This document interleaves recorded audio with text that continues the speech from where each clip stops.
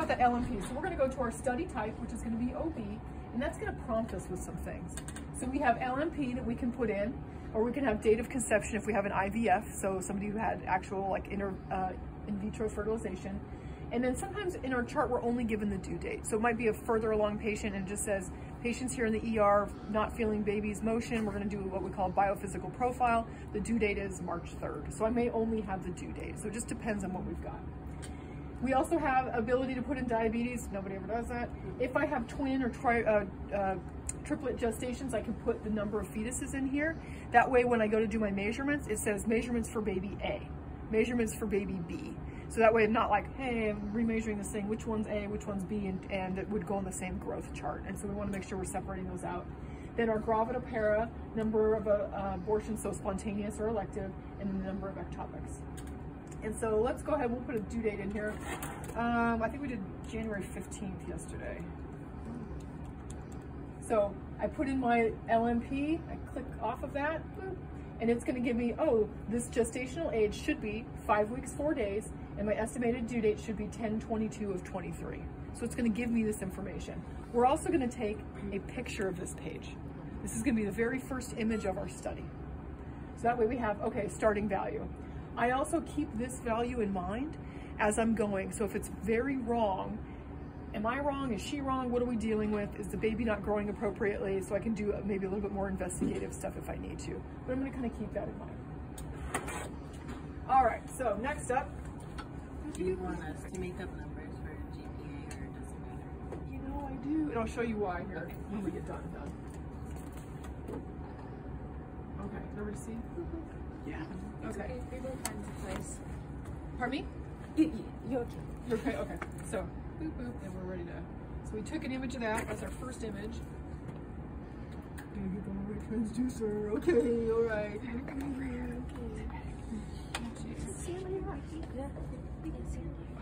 So we're gonna go our correct transducer, haha, and then we're gonna go early OB. Okay. You guys okay? Yeah. So you guys have all scanned this bad boy already. And up until now, we did the uterus. We're gonna do our same protocol when we do a first trimester OB. We're gonna do the uterus, right, left, measurements. We're not gonna measure the endometrium. Why is that? Because it's a baby. Because it's a baby, because of that decidual reaction. So it's always gonna measure wonky. And then we're gonna do our transverse cervix, lower uterine segment, cornua with measurements, fundus. We're gonna do our sag and transverse adnexa, ovaries, spectral, color, all of that. Left ovary, same side, same thing, so all of our images. And then we're gonna look just at the gestational sac. This will actually work better with her words, I think. So I'm going to optimize to my gestational sac. Let me get elongated as much as I can here. So we might decrease our sector width, get our focal zone there. We might do some zoomies. Get some zoomies going. And then we're gonna evaluate, we're gonna kind of sweep from side to side, looking for any subchorionic bleeds, anything abnormal that seems out of the ordinary. So once we decide we are at our largest area of our gestational sac, we are sag. Oh, let me switch this again, because this is gonna be what my measurements are. Let's imitate.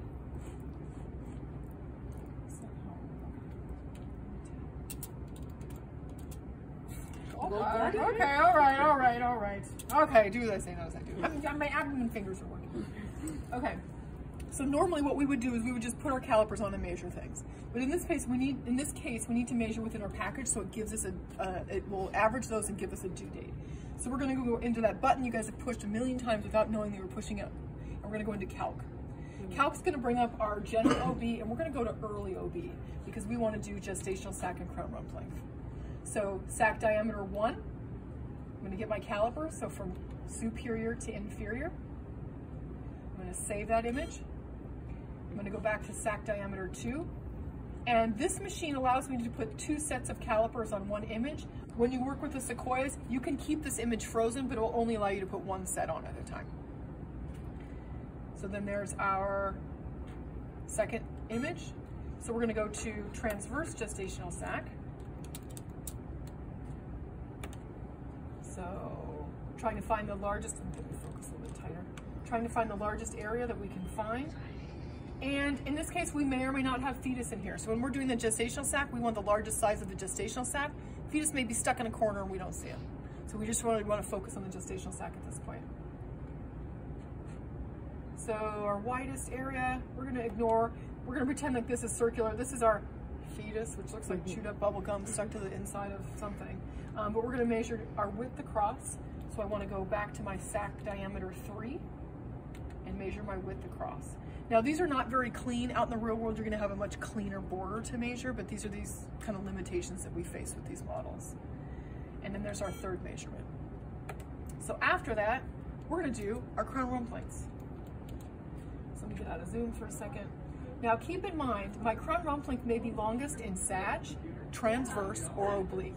So once we get on that fetus, we're going to kind of clockwise, counterclockwise, and you'll have a little bit more landmarks when you're looking at an actual fetus versus this giant lump of hypoechoic tissue that's just hanging out. So we're going to go to our pointer, we're going to go to our crown rump length. We're going to do 2 of these, but we have to take live images every time. So I'm going to keep this in mind. 6 weeks, 6 days. I'm going to find this guy again.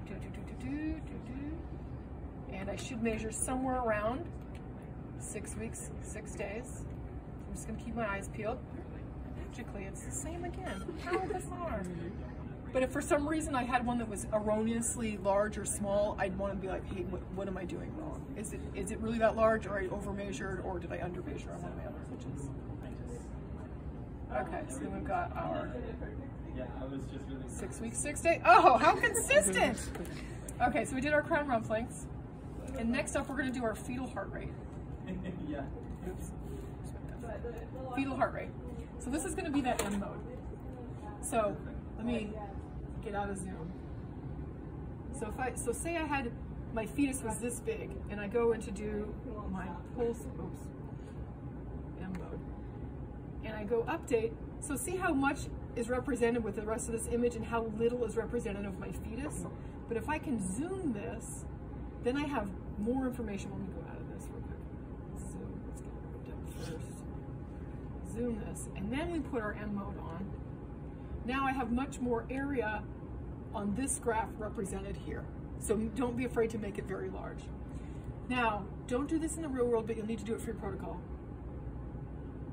Oh.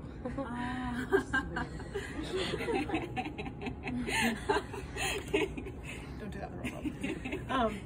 But I will say, sometimes I will have to have, especially with these very, very early gestations, have the moms hold their breath, because as they move, even this just slightly moves, and I'm looking at something that's like 1 millimeter or 2 millimeters. So think about when you get those common bile ducts, think about if a patient's breathing, you're just like, I need you to hold still real quick, this thing's tiny. So don't be afraid to make this very large and have your patients hold their breath. And then that way it will kind of keep it steady. Now normally we would just see the motion where we would see kind of this, what we, the fetal cardiac activity is better. So. But in this case, because we made the fetal cardiac activity, the whole thing showing up as a pattern. But normally these would be very flat, and we would just see this little blinkiness where that fetus heart rate was. So we're gonna go to our pointer again, and we're gonna do heart rate. So we're gonna put it, my eye wants to catch the beginning of this to this. Doesn't matter which part your guys' eyes catch. 174, that's actually pretty good. That's not bad at all. Yesterday I did like 200 or something. I was like, all right. So that's gonna be our next image. So far we did our sag gestational sac with superior to inferior calipers and AP calipers. We did transverse gestational sac with width calipers. We found our longest length. We did 3 crown rump lengths. Then we did M mode and got our fetal heart rate. So now we're ready to figure out what are we dealing with. So we're gonna go into our report page. So this is our short report, long report. I don't care which one of these you print, it doesn't matter to me, but it's gonna say our ultrasound age, so our adjusted ultrasound age is 6 weeks, 3 days. Our gestational age based on LMP was 5 weeks, 4 days. The LMP was this day, the LMP due date was this day, but we're getting the adjusted ultrasound due date at this. Then we're gonna go in here and it's gonna give us the average mean sac diameter, and here's our actual numeric measurements that we did for the sac diameter. And then it's gonna go give us our crown rump length, and it's an average of those 3 that we did, 6 weeks, 6 days, and then it's gonna give us our heart rate.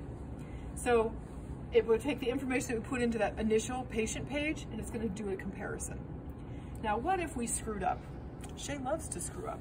So then you can also go in and edit your report. So say I did too many crown rumplings, or I measured something in a crown rumpling that should have been in a gestational sac. So this is where you can actually go through here and remove or add. So if you didn't measure it in the package, you didn't do your third measurement in the package, but you just measured it as 0.73 centimeters, then you can actually go in here and type 0.73 centimeters because I screwed it up. Try not to, but trust me, it happens to other sonographers all the time. Never me. But this would be where you would make any adjustments. So if you did, you know, multiples, you actually did an abnormal crown rump length, then you could go in and delete that. So this is an editable form. The long report is the same thing, but it shows these numeric values, whereas the short report, so see how it has all three, and then if we go crown rump length, it's going to show us all three. The short report just shows us the averages. So if you want to do the short report, fine. If you want to do the long report, doesn't matter to me. But we're going to take an image of this one, and then we're going to take an image of this one, and these are the last images for your protocol.